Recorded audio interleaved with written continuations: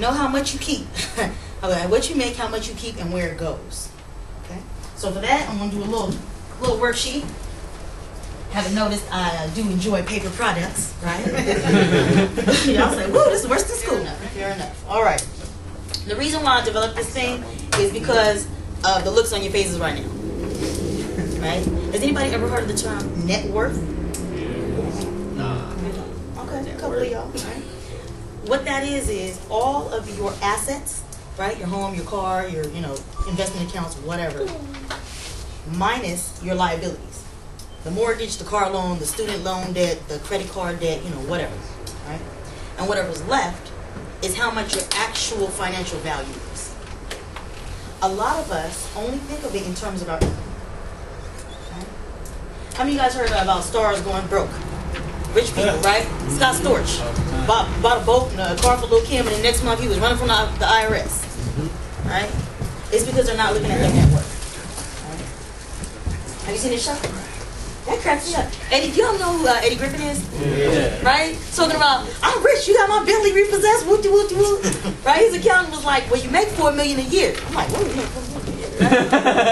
But then he's like, but you're spending 4.2. I was like, right? That's the problem, right? Right? Most of us are only looking at income. Right? We're not looking at all these other things that go into our true net worth. Right? How many of you guys get a tax return every year? Tax return every year? Most of y'all? Okay. All right. How many of you guys understand that the reason you're getting a tax return is that you paid too much money to the government? Right? It ain't like it's just free money popped up, right? I like to explain it this way. What if you said that you wanted to borrow $1,000 for a new car amp? Okay? And I was like, cool, bet, I'll give it to you. You're like, cool. I'll give you all the money back by the end of the year. Okay. All right. So every month you pull out your little plan to pay me. Okay. Would you plan it so that you gave me $100 every month, and at the end of the year I had $1,200, and then you just trust me to give you that $200 back? Look at your face. You're like, no. Right? That's stupid, right? Now I'd be like, nope, it's $9.85 and 32 cents, right? So it's right at the 1,000. Right? Well, that's what you guys are doing with the government. That's exactly what you're doing with the government. Right? I don't know about y'all, but I'm not independently wealthy. I need my money now. You know what I'm saying? Now. Right? So when you're getting these refunds, people look at it like, well, yeah, refund, I'm getting a new TV, good, right? And I'm like, well, that's the money you could have had the whole year. Right? It's like we have to start changing the way we're thinking about these things. Right? Not all of us, but most of us. You worked at your job for a while now. You kind of know, how much you're going to make. Right? You can either do it yourself, or you can go to your tax professional and have them run a mock tax return for you. Right? Every year, let's say I make $35,000.